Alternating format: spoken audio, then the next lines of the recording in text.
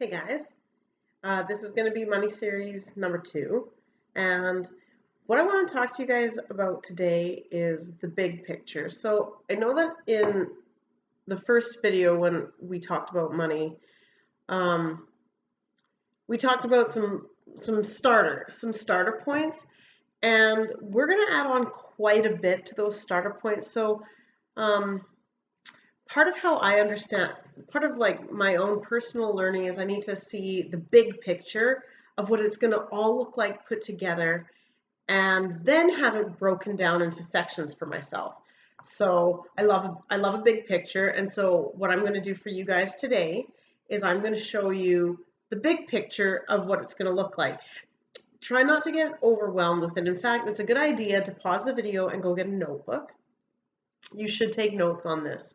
And maybe even a permanent notebook. And you're not going to record everything, but there is going to be things that I'm going to say, key phrases that you may want to jot down. So maybe for now, just like a pen and a paper. That's cool. And you are going to have to get yourself a notebook at some point, as you're going to learn in the video. So I'm going to give you a big picture right now of what money's going to look like for us. So, hey, let's get into it. All right. So one of the things that we talked about the other day, and I'm just going to go back through the basics on this, was piggy banks. And I was thinking about piggy banks, and I was thinking about my own piggy banks. I have 3 piggy banks. To this day, I have 3 piggy banks in this house. One of them is a coin jar. One of them is just money that gets given at birthdays and Christmases and things like that, and just because my mom loves me. And then another one is sort of like the skim off the top of that. So how it starts is that piggy bank. And so it's okay to still have a piggy bank as an adult. So piggy bank.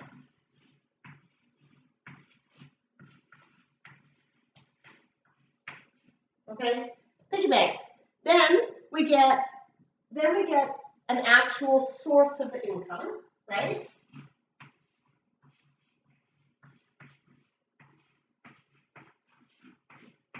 Source of income. Then we set ourselves up a bank account, okay?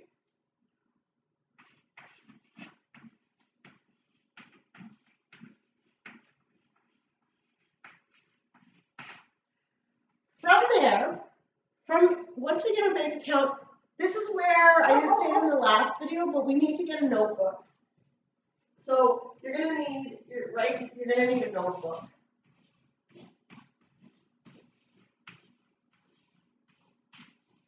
Because you have to start keeping track of your spending. So you must know where you're spending money. So you're gonna get a notebook. In that notebook, you're gonna figure out your $5 or up to 25%, and that's your automatic transfers.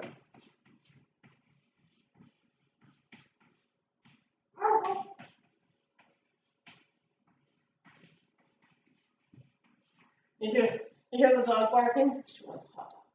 Oh, she's probably about to go crazy when she notices the person walking in the alley. Maybe not though. Awesome, she's going back, I think. Okay, so the 5% to 25% automatic transfers that are recurrent. I don't know if I spelled that right. Doesn't matter.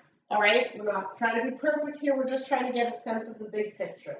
So this is what we talked about in the other video, and that's cool. So once we have, we're going to have that to our second bank account.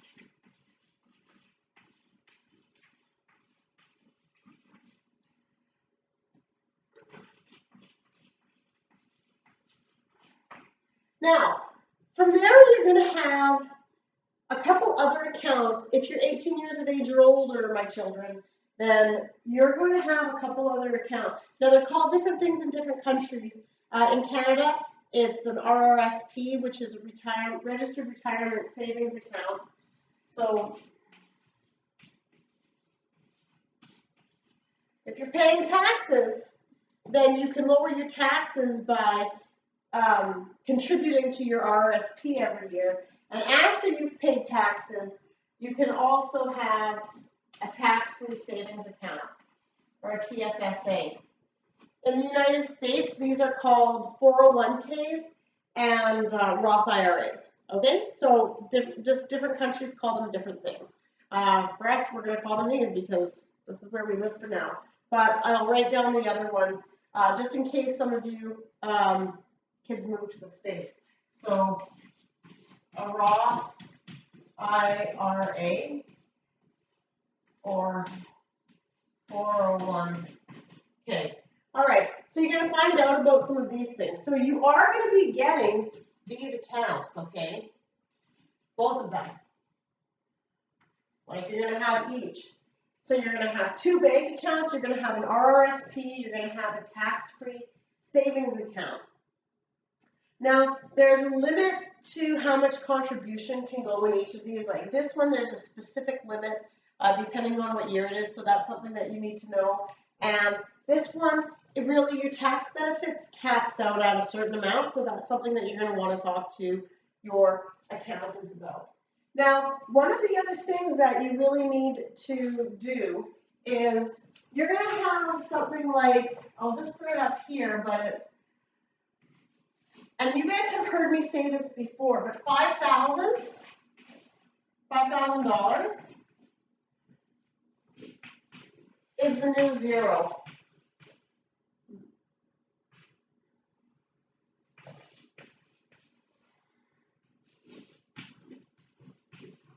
So this is like, we're going to get into like a mindset of abundance here. And that's something else that you need to think about. You need to have this mindset of abundance.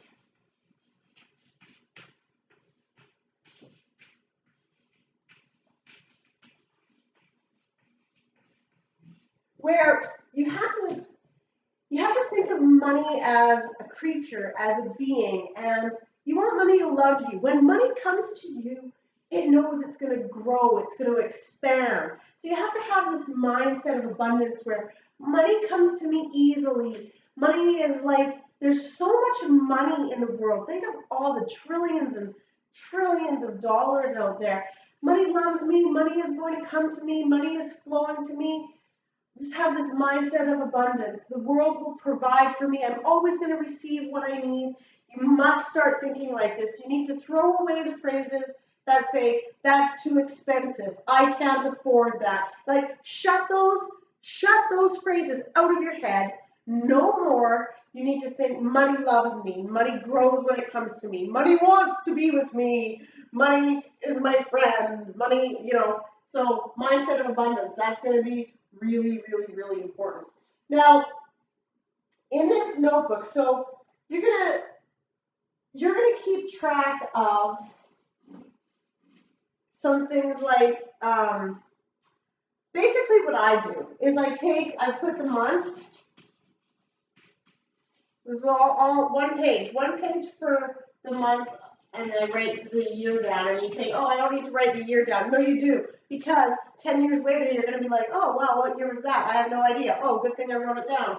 So something like this. So at the top of my page, I would write like January 2021, and then underneath of it, I would have like my phone bill, water bill, or utilities. You might have, I guess people don't really have home phones anymore, but that would be your cell, your water, your electricity, so your credit card, everything that you owe, you would make an itemized list on your page. You would have that heading down, and then you would record what you paid towards that. It gives you a sense of what you're spending. And that's really, really important that you have an idea of what you're spending. And so that is excellent. You want to slowly maybe start to increase your $5,000. So you might start out with $5,000 as your new zero, and then keep upping it, and you're going to keep track. you know what? If you don't want a notebook, nowadays I guess all the kids are into apps and things like that. So you could probably get an app to do that for you. I like notebooks, but that's just me. I'm old school. We didn't have notes. Anyways, so after this, we're going to do something else. You're gonna have to learn the language of investing. So it is, honestly, kids, it is going to be like learning a new language. Just go to any like financial jargon site that talks about stocks and investing, and you're going to be like, I have no idea what they're saying. So start listening to those. It's just like, oh, I don't remember what the movie was, but essentially somebody who doesn't speak a language gets immersed into this new language, and slowly they start to understand it. So you're going to need to learn the language, learn language of investing.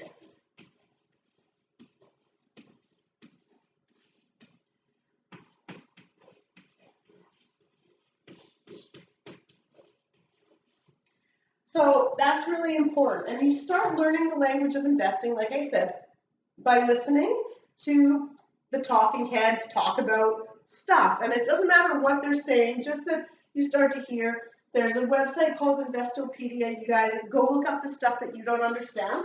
That will really help. Okay, so let's just jump back here. You're going to learn this language of investing. You guys, I'm going to pause the video and I'm going to erase what I have up here. So take any notes that you want to, because I'm going to erase this and I'm going to tell you, we're going to talk about investing a little bit. Some of this stuff you kids have heard me say before, but I'm going to write it down on the chalkboard. So get what you want, and I'll be right back in 2 quick seconds. Okay, that was a quick 2 seconds. So we're going to talk a little bit about investing. So you know how I had said that you're going to be getting an RRSP and a tax-free savings, or a Roth IRA, or a 401k. So those could just be like bank accounts where it's just like a bucket of money, or that could be a place where you put your money to allow it to grow. And it can be someplace where you allow your money to grow if you turn them into brokerage accounts. So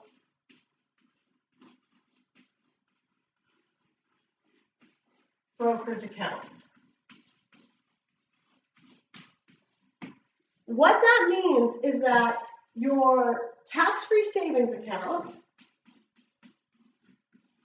or your RRSP, or your Roth IRA, or your 401k can be places where you buy and sell companies, or stocks is what we would say. So companies, or pieces of a company, which is a stock. You buy a stock in a company. So a brokerage account, you can turn your tax-free savings into a brokerage account, you could turn your RRSP into a brokerage account, or you could just have a plain, if you have so much money that this is filled and this is filled, then you can open up just a plain brokerage account that doesn't have any tax advantages. You're going to get taxed on that. And that can be a place where you can buy and sell companies, or pieces of companies, which are called stocks. And it's really easy to buy and sell stocks. All you have to do is you have to, decide which companies, where do you spend money, what products do you use or your friends use, do you love, do you know about, that are really popular, that you think are going to be bigger. And I mean, that is super general, and it gets a lot more in-depth, and you will learn more how to do that. But this is one of the things that you're going to have to do, is you're going to have to turn your tax-free savings in your RRSP account into brokerage accounts. And then probably on top of that, you're going to have to just have like a cash account, where you buy and sell stocks. That is something that in the big picture you will end up having. Like, I have a tax-free savings, I have an RRSP, and I have several cash stock accounts on top of my 3 piggy banks, on top of these other accounts. And you're going to have that too, because this money just starts adding up. And so one of the things that you're going to have to do in order to buy and sell companies or stocks is you're going to have to start reading. You have to read. I know that, I know for sure a couple of my kids love to read. So this is one of the things. You need to read some books about that. And you need to maybe find a mentor. My kids, I can be your mentor.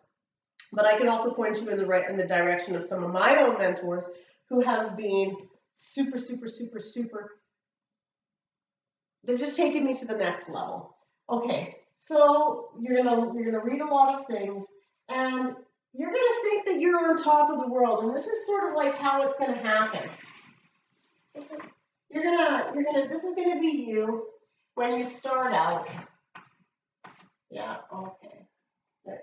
This is gonna be you when you start out, and you're gonna think that there's this whole world of knowledge, and you're gonna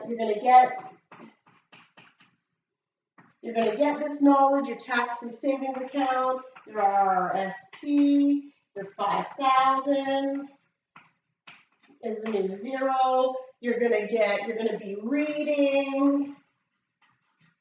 You're gonna have a mentor. You're gonna be listening, and you're gonna start to push the buttons. And eventually you're gonna get up to here.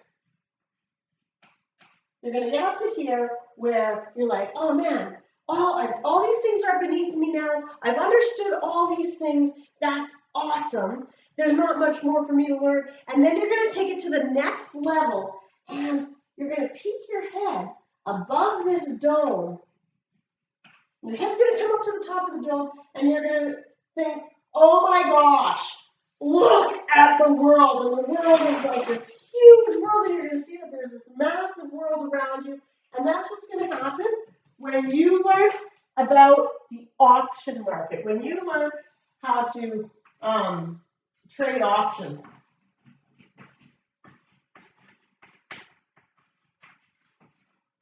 So trade options are where it's like insurance policies on stocks, basically, is what options are. And you're going to learn how to do that also. And you're going to get an account where you do the trading of options. And that's going to be a whole new learning curve, but you are going to get there. You're going to get to the top of the dome, you're going to peek your head up to the top, and you're going to see there's a whole new world, and that's going to be trading options.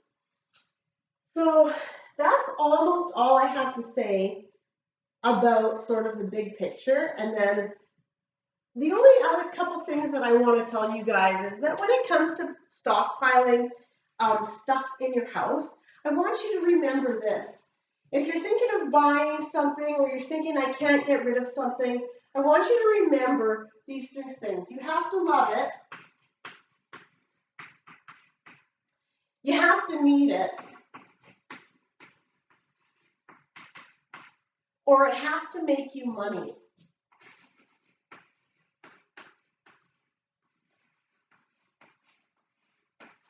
Okay, so I know that you probably have things in your house that you love, that you need, and you probably have things that you don't love, that you don't need, and that don't make you money. I would like to suggest you guys that you make a little bit of extra money by getting rid of those things that don't check off one of these things, and add that money to your piggy bank and get yourself started.